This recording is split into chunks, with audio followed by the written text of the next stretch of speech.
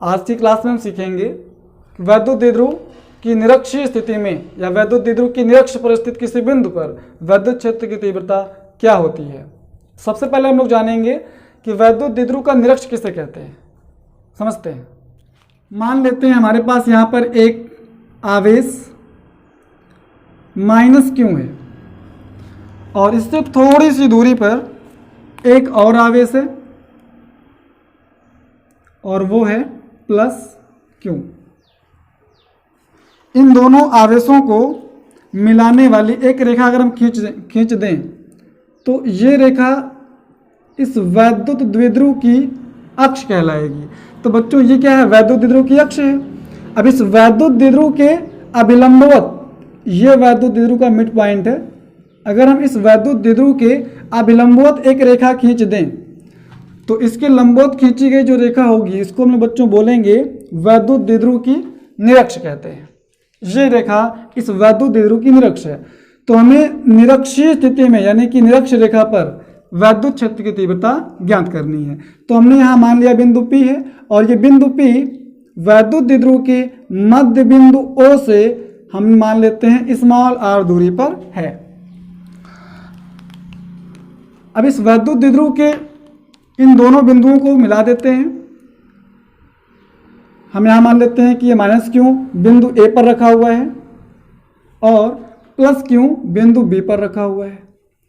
इस बिंदु A को बिंदु P से मिला देते हैं और बिंदु B को भी P से मिला देते हैं। हम सभी जानते हैं कि किसी वैद्युत द्विध्रुव के दोनों आवेशों के मध्य लंबाई बहुत ही कम होती है, दूरी बहुत ही कम होती है। तो हम यहाँ पे इसकी माप को मान लेते हैं L। ये आधी माप L है और फिर से ये आधी माप L है, L + L 2L, हम लोग 2L मान लेते हैं। दोनों आवेशों के बीच की दूरी 2L है। अब ये दूरी क्या हो जाएगी, तो बच्चों यहाँ पे क्या है, यह अभिलंबवत है, ये 90 अंश का कोण है। हम मान लेते हैं ये कोण थीटा है, ये एंगल भी थीटा हो जाएगा।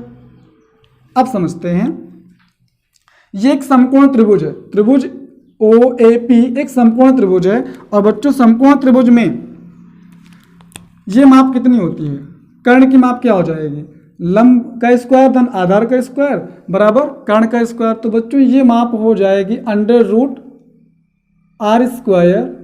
+ L²। इतना हुआ करता है। चलो अब इसके बाद हम आगे बढ़ते हैं।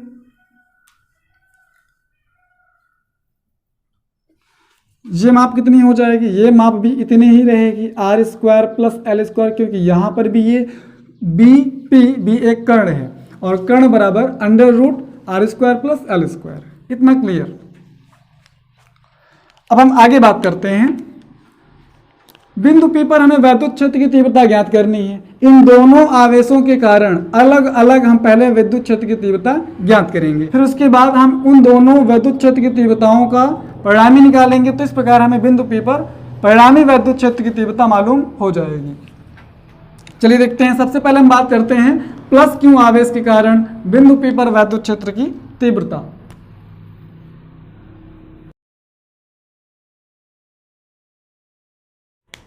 +q आवेश के कारण बिंदु P पर वैद्युत क्षेत्र की तीव्रता। तो आइए देखते हैं +q के कारण यहाँ पर कितना विद्युत क्षेत्र होगा। तो बच्चों इसे हम लोग मान लेते हैं E1। हमने यहाँ पर इसको मान लिया E1 और ये कितना आ जाता है, फॉर्मूला हमारे पास क्या होता है, किसी बिंदु आवेश के कारण तीव्रता होती है 1/4 पाई ε0 × q/r²। आवेश हमारे पास क्यों ही है, लेकिन इन दोनों बिंदुओं के बीच की जो दूरी है वो इतनी है q/r²। तो q अपान r के स्थान पे हम लोग बच्चों ये लिखेंगे √r² + L²। तो ये हुआ r, लेकिन स्क्वायर हमें लगाना होता है। एक बार फिर से समझते हैं, 1/4 पाई ε0 × q/r²। r का मान यहाँ पर बिंदु P से लेकर के B तक जो दूरी है वो है √r² + L²। इसका हम लोग वर्ग करेंगे तो ये हो जाएगा। और इससे थोड़ा आगे सॉल्व करते हैं। अब ये आ जाएगा 1/4 पाई ε0 × q अपॉन ये क्या हो जाएगा, यहाँ पर देखिए रूट भी लगा हुआ है और स्क्वायर भी लगा हुआ है, दोनों को हम रिमूव कर देंगे तो हमें क्या मिल जाएगा, r² + L²। ये हुआ इक्वेशन 1। तो इस प्रकार से हमने बिंदु P पर प्लस क्यू आवेश के कारण तीव्रता प्राप्त कर लिया। अब बच्चों इस E1 की डायरेक्शन क्या होगी, हम लोगों ने पढ़ रखा है पहले ही कि प्लस क्यू चार्ज के कारण जो भी विद्युत क्षेत्र की तीव्रता उत्पन्न होती है उसकी दिशा सदैव उस धन आवेश से बाहर की ओर होती है। तो इस प्लस क्यू आवेश के कारण बिंदु P पर जो भी तीव्रता उत्पन्न हो रही है उसका मान ये है, इसकी दिशा किस तरफ होगी, इस बिंदु B से आवेश प्लस क्यू से बाहर की ओर होगी। अब इसके बाद हम लोग बात करते हैं माइनस क्यू आवेश के कारण बिंदु P पर कितनी तीव्रता हो जाएगी। तो बच्चों ये भी देख लेते हैं। माइनस क्यू आवेश के कारण बिंदु P पर वैद्युत क्षेत्र की तीव्रता, इस आवेश के कारण यहाँ कितनी तीव्रता होगी ये हम लोग निकाल लेते हैं। तो बच्चों इसे हम मान लेते हैं E2। इस बार हम तीव्रता को मान लेते हैं E2 है। तो E2 का मान क्या हो जाएगा, सेम वही आएगा क्योंकि दूरी भी यहाँ पर वही है जो अभी तक दूरी थी, आवेश भी उतना ही है, परिमाण तो उतना ही है। यहाँ पर भी क्यों था, यहाँ पर भी क्यों है, बस चिन्ह बदला हुआ है, परिमाण तो सेम है। तो इस प्रकार से यहाँ पे हमें वैल्यू वही मिलने वाली है बच्चों, 1/4πε0। लास्ट में कितना आया था, Q/r² प्लस L²। वही वैल्यू, सेम वैल्यू यहाँ पर आ जाएगी। अब इसकी दिशा की बात कर लेते हैं, इसकी दिशा किस तरफ होगी। तो बच्चों इस माइनस क्यू आवेश के कारण बिंदु P पर जितनी भी तीव्रता आ रही है उसकी दिशा हमेशा उसी आवेश की ओर होगी। ये हम लोग पहले ही लेक्चर्स में पढ़ चुके हैं। अब हमने ज्ञात तो कर लिया कि माइनस क्यू आवेश के कारण यहाँ कितनी तीव्रता होगी और प्लस क्यू आवेश के कारण यहाँ पर कितनी तीव्रता होगी। लेकिन बच्चों अब हमें देखना यह है कि बिंदु P पर परिणामी तीव्रता क्या है, इन दोनों तीव्रताओं का E1 और E2 का परिणामी कितना होगा, इसके बारे में हम लोग यहाँ बात करने वाले हैं। तो अब इसी फिगर को हम एक और छोटे से चित्र में बनाना चाहेंगे ताकि आपको सारी चीज़ें स्पष्ट हो पाएँ। तो उसको देखते हैं। हमने यहाँ पे एक लाइन खींची, ये लाइन ये है जिसको हम लोग निरक्ष कहते हैं। और यहाँ पर अगर आप देखना चाहें तो आपको दिख जाएगा इधर E2 की डायरेक्शन मिल जाएगी और ऊपर साइड में कुछ इस प्रकार से आपको E1 की दिशा मिल जाएगी। अब बच्चों ये E1 और E2 ना तो अक्षीय रेखा पर हैं और ना तो निरक्षीय रेखा पर हैं। E1 को हम लोग दो घटकों में डिवाइड करेंगे। कैसे, यहाँ पर मैंने एक लाइन खींच दी और बच्चों ये लाइन इस एक्सिस के समांतर है, ये रेखा इस रेखा के समांतर है। अब बच्चों समझते हैं, यहाँ पे ध्यान से देखें, ये हमारे पास एक रेखा है जो जिसको हम लोग कहते हैं वैद्युत द्विध्रुव का अक्ष, और इसके समांतर हमने एक रेखा यहाँ पे खींची हुई है। E2 हमारा कुछ इस तरह से, E2 जो है इन दोनों रेखाओं को मिला रहा है। तो मुझे आप ये बताइए, अगर यहाँ पर कोण थीटा माना गया, ये कोण थीटा है, तो यहाँ पर भी कोण क्या होगा, थीटा, इसको हम बोलते हैं एकांतर कोण। तो बच्चों अगर ये कोण बराबर हैं तो यहाँ भी कोण क्या हो जाएगा, थीटा। और इसी प्रकार अगर आप ये एंगल देखें, ये एंगल क्या हो जाएगा, ये वाला कोण क्या हो जाएगा। तो अगर आप ध्यान से देखिए तो हमारे पास इधर क्यों है, ये कुछ इस प्रकार से, यहाँ पर कोण थीटा है तो बच्चों यहाँ पर भी कोण क्या होगा, थीटा। मैं इसको मिटा दे रहा हूँ, ये कोण भी थीटा होगा। ये भी क्या है, एकांतर कोण है। तो एकांतर कोण आपस में बराबर होते हैं, यहाँ पर ये दोनों एंगल थीटा के बराबर हैं। अब बच्चों इस E1 और E2 को हम दो घटकों में कैसे डिवाइड करेंगे। E1 जिस घटक के साथ कोण थीटा कोण दिखा रहा है, जिसके साथ हमें कोण मालूम है, वो हो जाता है बच्चों क्षैतिज घटक, और ये हो जाएगा E1 cos थीटा। ये होगा E1 sin थीटा। तो हमें E1 cos थीटा और E1 sin थीटा मिल गया, यानी कि E1 के दो घटक E1 cos थीटा और E1 sin थीटा में प्राप्त हो गए। तो हम लोग अब यहाँ पर बात करने वाले हैं E2 के दो घटक क्या हैं। तो बच्चों ये भी देखिए, यहाँ पे ध्यान से देखें अगर, तो इसके साथ ये थीटा कोण बना रहा है, तो ये हो जाएगा E2 का क्षैतिज घटक और ये होगा E2 cos थीटा। ये हो जाएगा E2 sin थीटा। ये आपका ऊर्ध्व घटक है और ये E2 का क्षैतिज घटक है। अब बच्चों अगर ध्यान से आप देखें इक्वेशन 1 और सेकंड में E1 की वैल्यू और E2 की वैल्यू दोनों आपस में बराबर है। अगर E1 और E2 दोनों परस्पर बराबर हैं तो E1 साइन थीटा और E2 साइन थीटा भी क्या होंगे, बराबर होंगे। और यहाँ पर आप देख सकते हैं कि दोनों क्या एक दूसरे के विपरीत हैं। इन दोनों के बीच 180 अंश का कोण है, इन दोनों घटकों के बीच में 180 अंश का कोण है, तो दोनों एक दूसरे को निरस्त कर देंगे, इनका मान बराबर है और दिशाएं विपरीत हैं। तो बच्चों ये दोनों एक दूसरे को निरस्त कर देंगे, समाप्त कर देंगे। तो हमारे पास इस बिंदु P पर जहाँ पे हमें वैद्युत क्षेत्र की परिणामी तीव्रता निकालनी है, यहाँ पर केवल 36 घटक ही मिलेगा। E1 का 36 घटक E1 cos थीटा और E2 का 36 घटक E2 cos थीटा हमें यहाँ पर प्राप्त होंगे। तो बच्चों बिंदु P पर ये E1 cos थीटा और E2 cos थीटा दोनों एक ही डायरेक्शन में हैं। जब दोनों एक ही दिशा में होते हैं तो उनका परिणामी निकालते समय हम उन दोनों को सामान्यतः जोड़ लेते हैं। अब देखते हैं बिंदु P पर परिणामी तीव्रता क्या हो जाएगी। तो शून्य हो चुका है, हम इन्हीं दोनों को ऐड कर लेंगे। बिंदु P पर परिणामी तीव्रता क्या हो जाएगी बच्चों, ये हम मान लेते हैं E, और ये आ जाएगा E1 cos थीटा यानी कि E1 का 36 घटक प्लस E2 cos थीटा। अब अगर आप यहाँ पे ध्यान से देखें तो हमारे पास E1 और E2 दोनों आपस में बराबर है।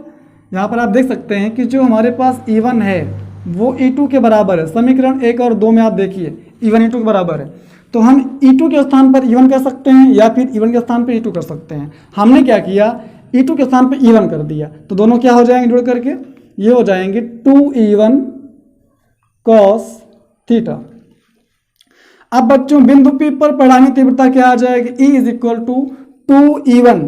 E1 का मान हमारे पास क्या है, E1 का मान है 1/4 pi epsilon not into Q upon R square plus L square. ये हो गया E1 का मान। इंटू में क्या है cos थीटा। अब बच्चों समझते हैं कि यहाँ पर cos थीटा का मान क्या होता है, इसको हम लोग फाइंड आउट कर लेते हैं। cos थीटा बराबर, आपने त्रिकोणमिति में पढ़ा हुआ है, अगर आप ध्यान से देखें त्रिभुज OAP में ये आपका कोण थीटा है, इसके सामने एक भुजा लंब है, ये आधार है और ये कर्ण है। तो बच्चों cos थीटा का फार्मूला होता है आधार बटे कर्ण। तो हमारे पास आधार L है और कर्ण ये है, तो ये हो जाएगा L अपॉन अंडर रूट में R square plus L square. तो हम रूट को चाहें तो घात में भी इस प्रकार से लिख सकते हैं, घात 1/2। cos थीटा के मान को ये मान ला करके इस इक्वेशन में रख देंगे तो हमें क्या प्राप्त हो जाएगा। अब देखते हैं बच्चों क्या मिलता है, E is equal to 2 into 1/4 pi epsilon not into Q upon R square plus L square into, अब बच्चों cos थीटा का मान ला के रखिए L upon R square plus L square की पावर 1/2। अब हम इन्हें और सॉल्व करते हैं। E is equal to 1/4 pi epsilon naught 2QL, हमारे पास अंश में मिल गया 2QL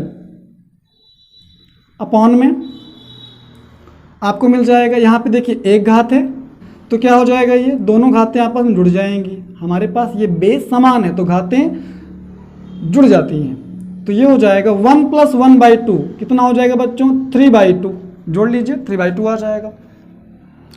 तो ये वैल्यू इतनी आ गई।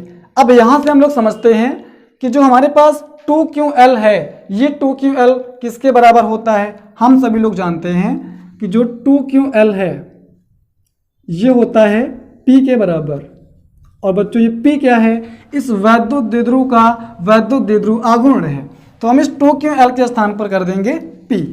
अब इस प्रकार से कितना आ जाएगा, ये आ जाएगा E is equal to 1/4 pi epsilon not into, यहाँ कर देंगे P अपॉन में हमारे पास क्या हो जाएगा R square plus L square की पावर 3/2। इस प्रकार से बच्चों हमें वैद्युत द्विध्रुव की निरक्षीय रेखा पर स्थित किसी बिंदु पर, उसकी निरक्ष पर स्थित किसी बिंदु पर वैद्युत क्षेत्र की तीव्रता, हमें इस बिंदु P पर वैद्युत क्षेत्र की तीव्रता प्राप्त हो गई।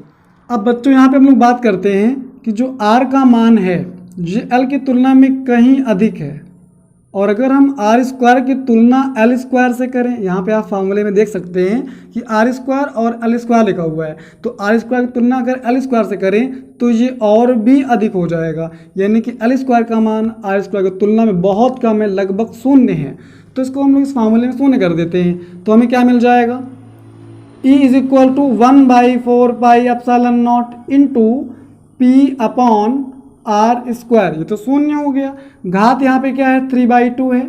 अगर घात का घात में गुणा करेंगे तो ये हमें क्या मिल जाता है, 1/4 pi epsilon not into P upon, यहाँ पर देखते हैं 2 कट जाएगा और हमें मिलेगा r³। तो इस प्रकार से हमें एक दूसरा फार्मूला भी प्राप्त हो जाएगा। यदि हम परिणामी क्षेत्र की तीव्रता E की दिशा ज्ञात करें तो वो किस तरफ होगी, तो ये हम लोग समझ लेते हैं। क्योंकि E1 और E2 आपस में बराबर था, तो इन दोनों के जस्ट बीच में ये हो जाएगी हमारी परिणामी विद्युत क्षेत्र की तीव्रता। बिंदु P पर वैद्युत क्षेत्र की तीव्रता की दिशा बच्चों ये होगी, ये है परिणामी वैद्युत क्षेत्र की तीव्रता। ये इस एक्सिस के समांतर होगी, इन दोनों आवेशों को मिलाने वाली रेखा यानी कि वैद्युत द्विध्रुव के अक्ष के समांतर होगी।